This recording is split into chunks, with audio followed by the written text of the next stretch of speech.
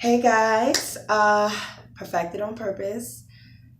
I just wanted to come and encourage you guys. As always, whenever I'm coming to encourage you guys, I'm actually just here trying to encourage myself. So let's jump right into it. I was going back a few days to weeks ago, just drowning in depression. Like, I didn't even want to hear that word because I knew that's what was happening, but I didn't want to accept that.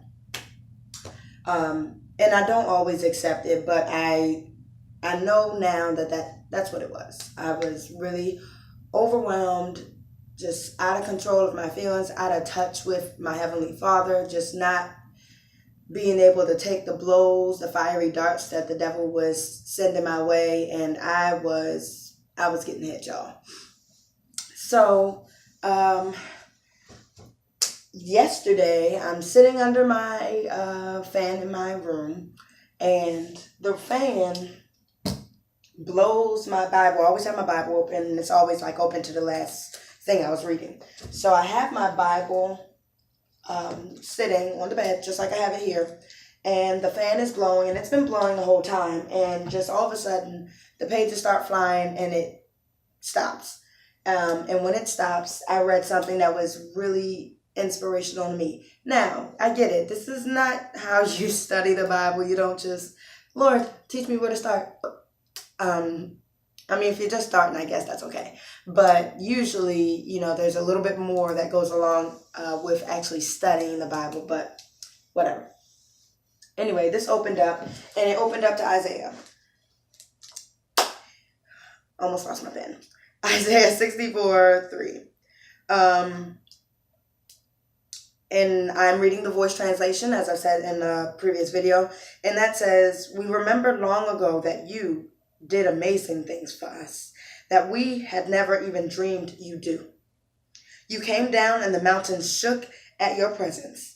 Nothing like that had ever happened before. No eye has ever seen and no ear has ever heard such wonders. But you did them for the sake of your people, for those who trusted in you. You meet whoever tries with sincerity of purpose to do what you want, to justice and follow in your ways." And of course, that's really like biblical. It's really Bible-y. I don't know if that's a word, but that first part really just got me. And it just said, we remember that long ago you did amazing things for us. And they were things that we never even imagined that you'd do. And so I just want to encourage you guys today, as I encourage myself, that while you're going through the worst times of your life, while you are being hit on every side, while you are crumbling under the pressure, while you are literally being shattered and torn and tossed to other opposite ends of the world, the best thing that you can do in that moment, if you just can't do anything, is to try your very best to remember that God has a track record, y'all. God is not some no good man. God is not your best friend that turned on you. God has a track record, y'all, and it is spotless. It is repetitive. It is consistent. He does the same thing every time. And how do I know? Because before I had my own testimonies, my mama had hers and my grandmama had hers. And that's what kind of sat in my spirit when I was reading We Remember. It didn't say I remember. It said we remember that long ago. We remember that long ago you did amazing things for us. So I want you guys to just take a second to just really close your eyes, think about it. What are some things that you take for granted every day? What are some things that are just so simple and a part of everyday life that you forget that God does for you? Because those are all amazing things that He does for you. Take a second to just remember other times in your life that you were at rock bottom and that God showed up and that God made a way and that God's strength was shown, and that his provision was made apparent. I've been going to service, and my pastor has been saying, sometimes God will allow the resource to run out so that it can reveal the source. And a lot of us, we love to put things in place of God. We love to need a house or a car or our kids or our man or our job or our money. We need all these things seemingly more than we seem to want or need God, even though he's the provider. He's the provider of these things. And we know that, head knowledge, but in our heart, we about making that money. We about keeping ourselves safe. We about feeding our babies. So there's this toss-up between living this expected, holy Christian life and actually having to live here on earth and survive. And give your children the best life that you can, and give yourself the best life that you can. I get that. I'm here with you. But the truth of the matter is, God is the source. He provides the resource. And we just often stare at these resources and grab hold to these resources like they are our life, like they are our provision, when in fact they aren't. God is our provision. He is the strength of our life forever. He is our portion forever. And let me tell you, if that job go, if the car get in an accident, if the child gets sick, if the man leaves, God is there. God is the provider. He is the provision. He doesn't bring it. He literally is it. He is the provision. And that's the hardest thing to learn right now. But it is so clear when you have been stripped of everything. When it seems like you have nothing and you're losing the things that you came in with. But I bless the Lord at all times, and his praises shall continually be on my lips. I lift my hands before him and I bow in his presence. I come into his gates with thanksgiving and into his courts with praise. You got to put these things on your lips, guys. You do. And I've been there. I know when you don't feel like it. And not like, oh, I don't feel like it, but like you really don't even have a half a feeling to give. Like you have nothing.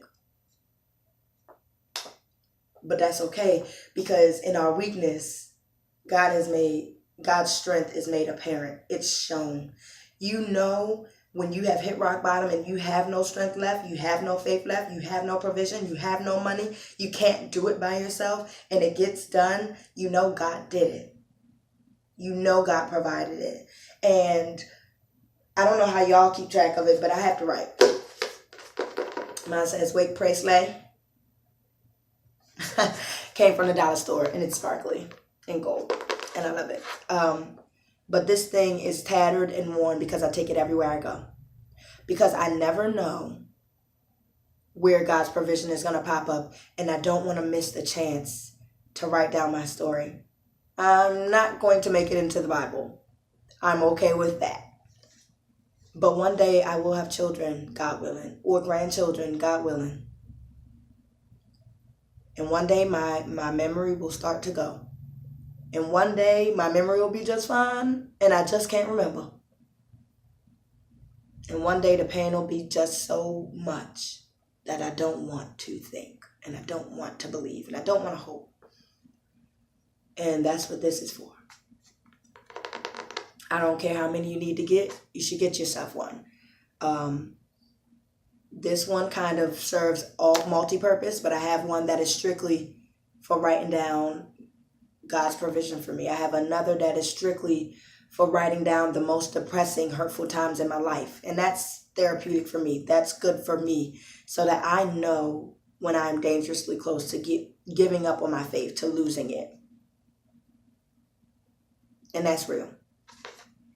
So I hope you guys, I'm praying for you guys. I hope you guys are doing well. If you're not doing well, that's okay. A lot of us aren't.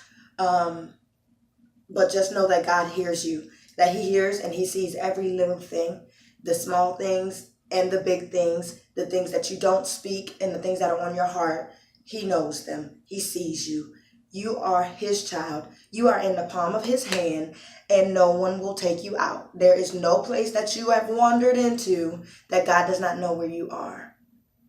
And we can get confused and think that if God knew where I was, or if God loved me, or if I was his child, then he would rescue me, then he would save me. But sometimes we need discipline. Sometimes we need to learn patience and grace and mercy. Sometimes we need to learn how to be more like our Father. And we know that he is our Father because our Father will discipline us. Our Father will take care of us. He will do what needs to be done to make sure that his children are on the path to becoming who they need to be, that they are pushed into their purpose, and that they are perfected in every way. That is the hope of every good parent, that they are pushed into their purpose, and that they are okay, that they are not needy, that they are perfected and not deficient in any way, that they can go out into the world and be okay and take care of themselves. And God is doing that slowly but surely in us, in our spirits. He's working on those things, pulling them out of us, letting us go through hell and hot water to literally get that stuff out of us. Some things don't surface until there's enough heat. Impurities do not just show up. Impurities have to be boiled out. They have to be heated out. Some of the worst things, I'm a biology teacher. There are these little things called archaeobacteria. Them things is the devil. No, but seriously. And a lot of times archaeobacteria hide out or live in places like thermal vents where nothing else can live because the environment is so extreme, too hot. And of course, those bacteria are among the worst or hardest to get rid of because they are so deep down and they take so much. They can take so much heat and pressure before it actually kills them or it brings them to the top. And a lot of our sin and a lot of the bad parts of us are a lot like that. They're well hidden and they're strong. And they don't just come up to the surface for no reason. They have to be pulled up, brought out, and destroyed. All right, well, that's all I have for you guys today. I'm not going to talk your head off like last time. But please do be expecting more videos from me. Sometimes I just don't know what to say to you guys, but I think I need to, if only for just myself. So if you have any topics you'd like me to talk about, any Bible scriptures or things you don't understand, drop them in the comments. I would love, love, love. I love talking about the Bible. I love talking about stories. I love talking about God. But I do not love arguing. So if you're the argumentative type, this is not the place. There are probably a couple forums that might be more your style. This is not. Please just make sure that if ever you are commenting or conversing with people on this page, that you are strictly abiding by a code of grace and mercy. That you are kind to others as they are kind to you. All right, guys. Love you. I hope all is well. I'm praying for y'all. Pray for me. And I'll be seeing you.